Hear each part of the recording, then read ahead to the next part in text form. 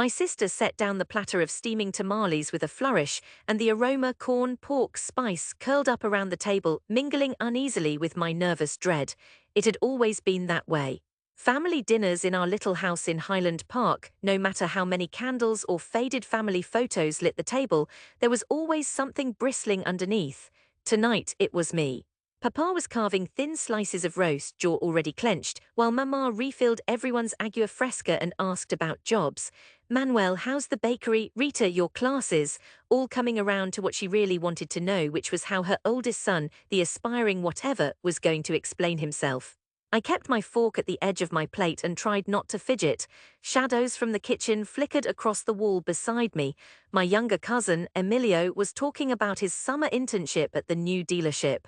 My aunt's phone buzzed and she glanced down, hiding a yawn. Mama's gaze pinned me. Luis Mijo, you said you had news. My chest felt tight, even though I'd rehearsed this in my head for weeks. I tried to keep my voice steady. Yeah. I got into the LA Film Collective program. They accepted my documentary proposal for the year-long mentorship. My cheeks went hot when I saw Papa's eyebrows rise. The rest of the table paused. Someone's fork scraped against a plate and the sound grated. Documentary program, Papa repeated, his mouth twisting as if he tasted something off. Another hobby, Louis. Rita let out a snicker, elbowing Emilio, who joined in with a smirk. Gonna make movies about cats now? No, it's about people in our neighborhood living here, growing up, the real stories. I tried to explain, but my words felt thin. Papa said, waving his hand like shooing flies, you need real work, not chasing stories with a camera. Mama said nothing, just stared at her hands in her lap. My little brother Tomas shot me a sympathetic look but kept silent. I bit my tongue, tenderness warred with shame. This was supposed to be my moment. I'd been chosen for something. Finally, this is important. They only take 5 people a year. I'll learn from real filmmakers. Across from me, Tia Susie laughed. And when you graduate, who will pay your rent, Louis? She turned to the rest. Why can't you work with your father at the shop? He's getting older. Her voice was gentle, but the edge was there always. Papa chewed, silent, then set down his fork. Son, your cousins are building things. They help pay for this house. You chase things that aren't real. When are you going to do something a man does, something for your family?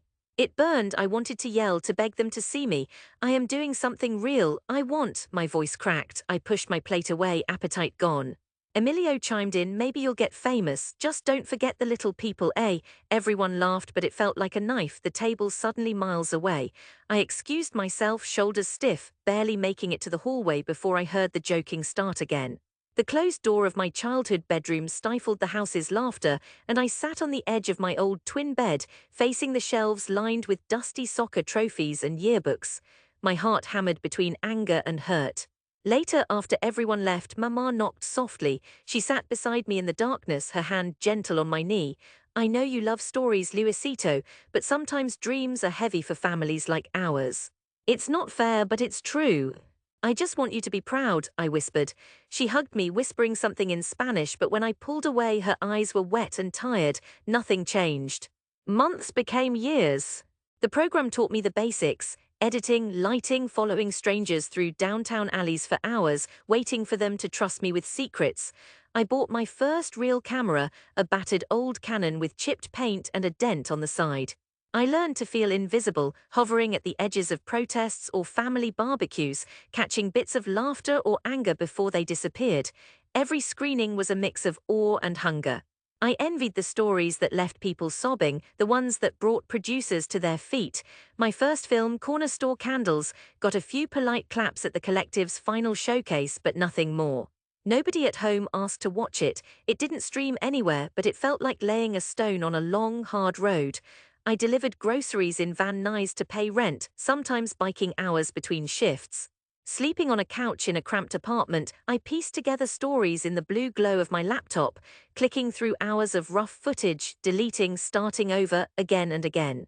I called home every Sunday, making up progress, dodging when Papa asked, so, any jobs yet?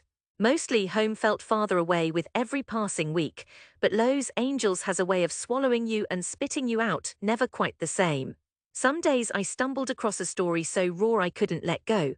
Late one September, after my third freelance job fell through, I met Jenny, a single mother living in a motel with her 2 kids, braiding their hair in the sulfur-bright light of an old Walgreens. I offered them a sandwich, heard her talk about her job at the fabric store, how she kept up hope that something would change. I filmed, week by week, weaving her story into fragments. The whir of sewing machines, the laughter of kids jumping on stained motel beds. The city around me changed, but my family didn't.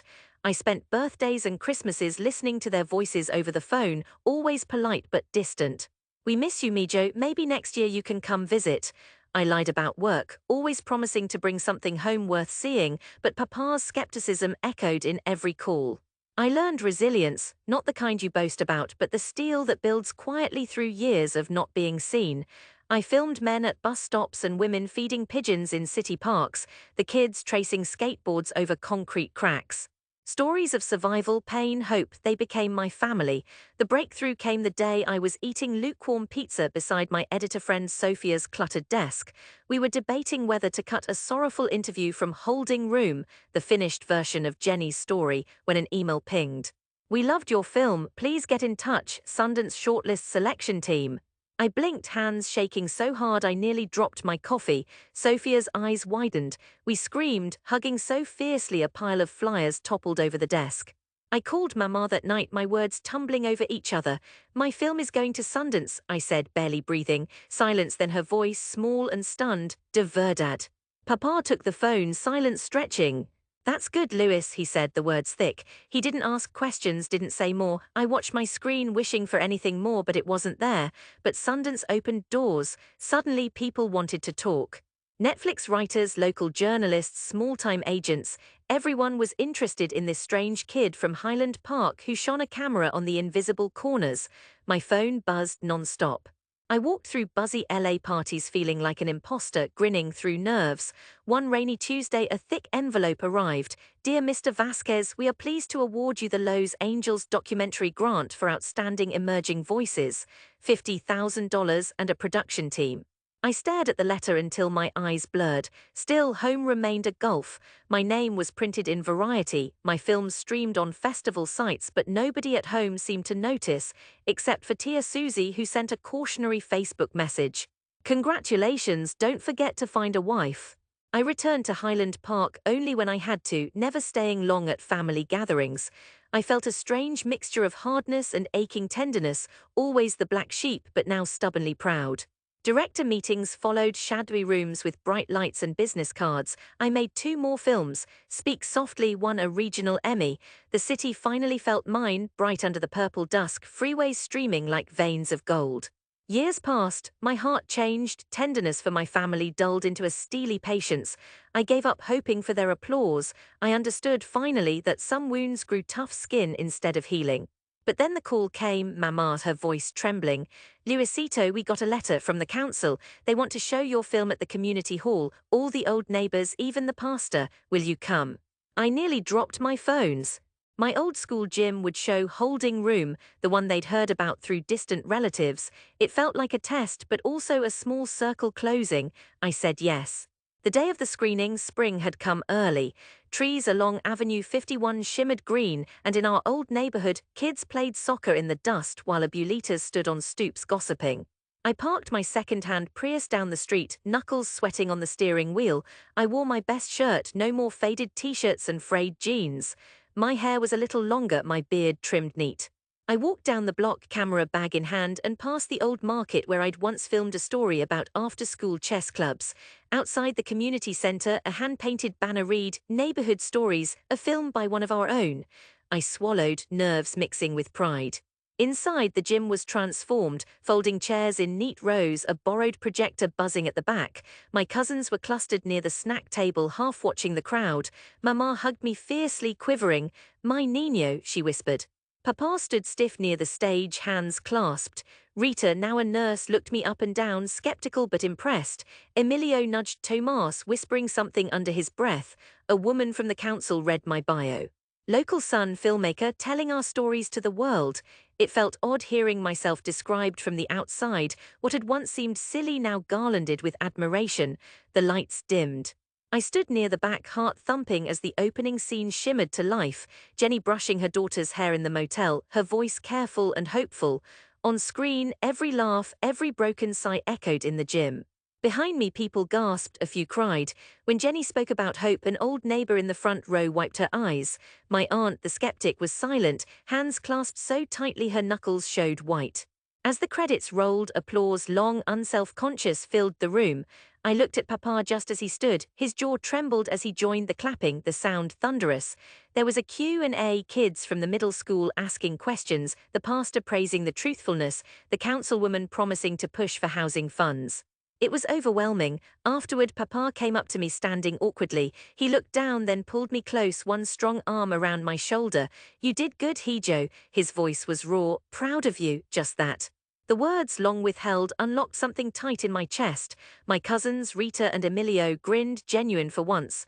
"Hey, maybe when you're rich you can make us famous," Emilio joked, but his voice was different this time, softer, admiring. Tomas hugged me. "You showed them," he murmured. "You showed all of us." After everyone left, Mama and I lingered in the quiet. She touched my cheek. "You brought our stories home. Don't let anyone make you small again." I drove home that night through streets that finally felt like they had room for me. The city's lights were gold and forgiving. Every bruise, every sharp word turned into the steel that kept me moving, but also the tenderness that kept me tethered. I was home, and this time my story belonged too.